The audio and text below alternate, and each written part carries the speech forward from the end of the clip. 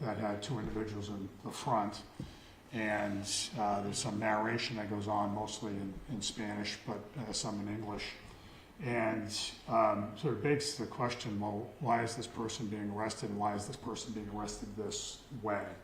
The problem we have, and this is what I'm here to assert, is that we just don't get good information out of ICE. Information that I think the residents of our city are entitled to, residents that folks outside of our city are frankly entitled to.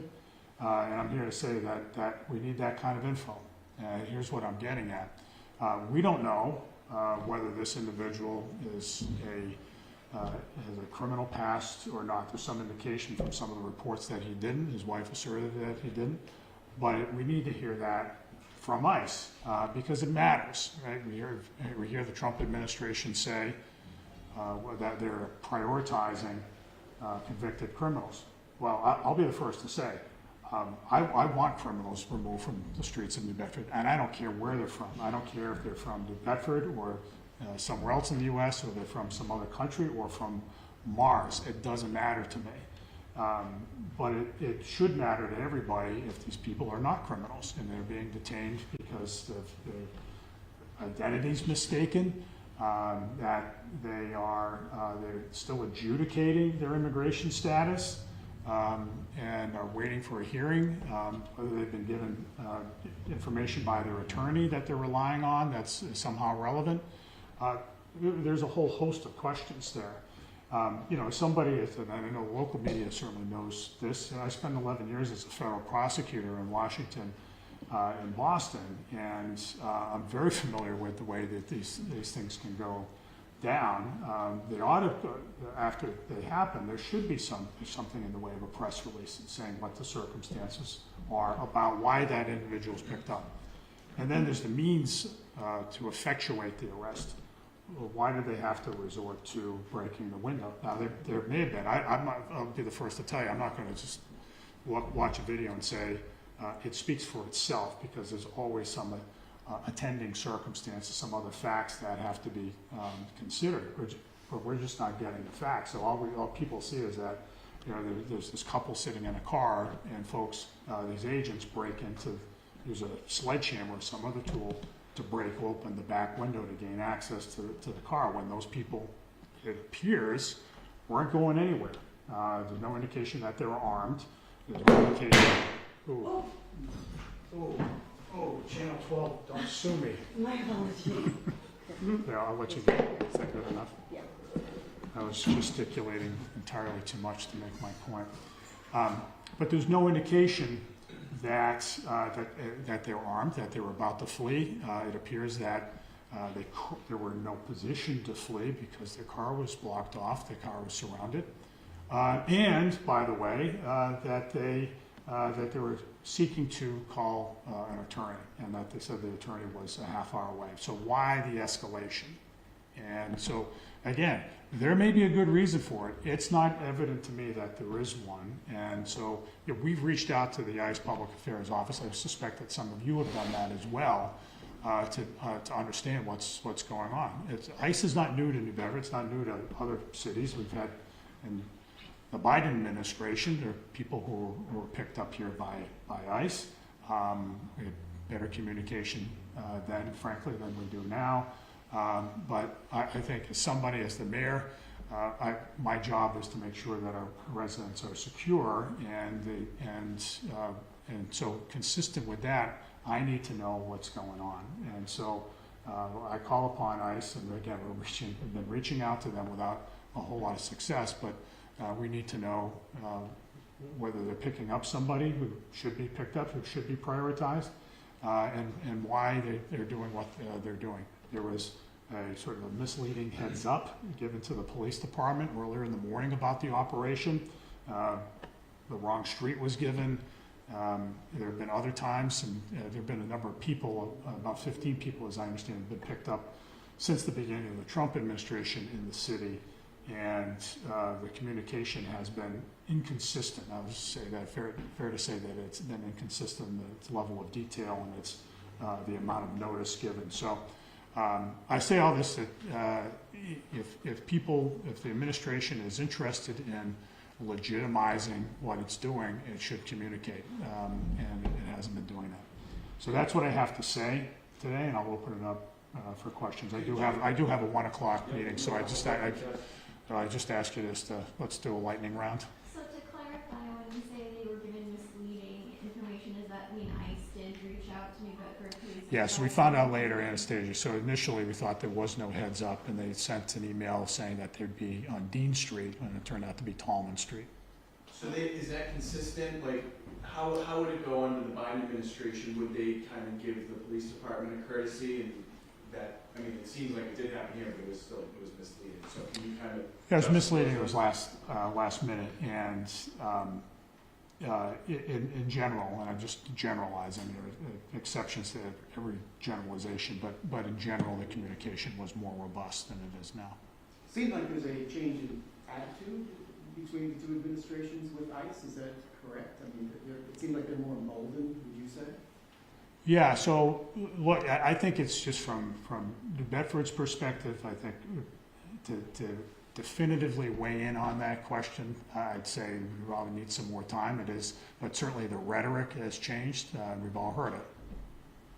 Do you think there's a right way to handle that situation? Some people say the couple should have simply gotten out of the car. Do you think there's a right way they should have handled that? Or? Well, yeah, so look, in general, law enforcement officers should use the least intrusive means to effectuate what they're trying to do, in this case to arrest somebody.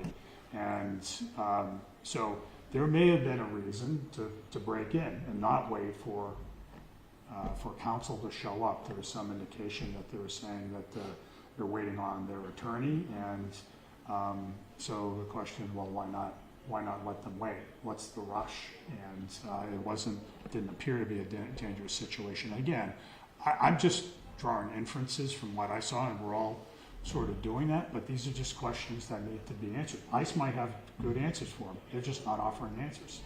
Do you know where ICE operating, or they don't notify you? Well, as I was saying, so the notification has been inconsistent. Now, that itself poses problems, right? It poses problems, risks for officer safety, for agent safety, for bystander safety, right? We want to know within reason what they're up to, so that officers don't roll up on the scene and have to come upon a scene with people in plain clothes with guns drawn and have to react to that, not knowing who they are, because bad things can happen from that. And again, we're not, New Bedford has not declared itself to be a sanctuary city. And again, with my background, I'm well aware of the risks that attend to law enforcement agencies not communicating with one another. So we communicate with ICE. We don't withhold information. So that's that, and I think that's pretty well known among people in federal law enforcement who operate in New England. So that's not an issue. There shouldn't be any reluctance to share with New Bedford, because New Bedford's not going to cause a problem for them. Are you hoping that by speaking with us today, that message is kind of received by ICE and the Trump administration, that, going forward, just give us a call, or, Well, it's my hope, yeah. I think I'd like to see some progress made, but yeah, no, I'm here primarily because we got a lot of calls about this, and I have a gap in my schedule today to address you guys. And but yeah, no, look, we need more robust communication. I think it just makes everybody safer that way, and I think people legitimately need to know. I think the discussion around immigration right now is such a charged issue, and what we try to do, we try to be. This is my style, but I also think it's the right place to be from a policy standpoint, and try to be the voice of reason about this stuff. Everybody can agree, I would think, most reasonable people can agree that people who are convicted criminals should be pulled from the street. If they have no immigration status, they should be deported. It's quite a different thing to be rounding people up, and especially when there are estimates of somewhere between 10 and 20 million people in the United States without valid immigration status. There's no way that the federal government's ever going to pull that off. And so it speaks again, of course, to what has become the age-old challenge of Congress is passing comprehensive immigration reform, right? Which is really what we should be talking about as a country. So just to be clear, you have. Immigrants are afforded married rights, and if it's found that ICE is violating these rights, are there any avenues you, as the representative and mayor of the city, can take? Any Legally, Yeah. no. No, it is, immigration is quintessentially a federal issue. What about as mayor, as a message for immigrants that live in the city about concerns with their safety? Yeah, no, that's what I'm getting at, Anastasia, right? It's, as I said, it's quite another thing for people, for this to be an exercise in rounding up individuals indiscriminately. I don't think that should be happening. I think there should be some effort at comprehensive immigration reform nationally, so that there are people who are put on pathways to citizenship while we still secure our border better than it is, and attend to a number of sort of lingering issues that have been lingering since the last time Congress did anything about immigration. You said ICE is not linked to we have to go, Bedford. I'm sorry. Yeah, yeah. You You should said never get ICE an is not answer linked back. to Bedford, but the aggressiveness of the officers in this video, is this new to you to see this? Because you said that they're not new to New Bedford. ICE has been here, but the way they reacted, the way they behaved, hammering the windows, is this normal to see? I think what we saw in the video requires an explanation. It didn't seem like it was warranted, but there may have been some fact that not known to the public that might have justified it. We're just not hearing anything. Okay, so you've got no Guys, answer we at go. all from ICE at all, even though you tried to get in touch with them. Yeah, we have not been And able you to had to reach connect. out to the public affairs office? Yes. That seems a little odd for a mayor to have to go through the public affairs. Well, John made the calls for me because we're trying to get information quickly, but it's probably That's it probably warrants a longer conversation. Yeah. Just Thank you. really quickly, do you know, does this individual have a criminal history that you're aware of in the city of New Bedford? I don't have any basis to know that. Yeah. I don't know, but I think that's something they should tell us. If the guy's got a record, Thank you. let us know Thank that. you, everyone, we gotta Do you go. think New Bedford is becoming a place of target possibly? I don't believe for it to be. There are lots of people without immigration status all over the country, and New Bedford's not unique in that way. All right, Thank you. thanks, guys. Thank you. Appreciate it.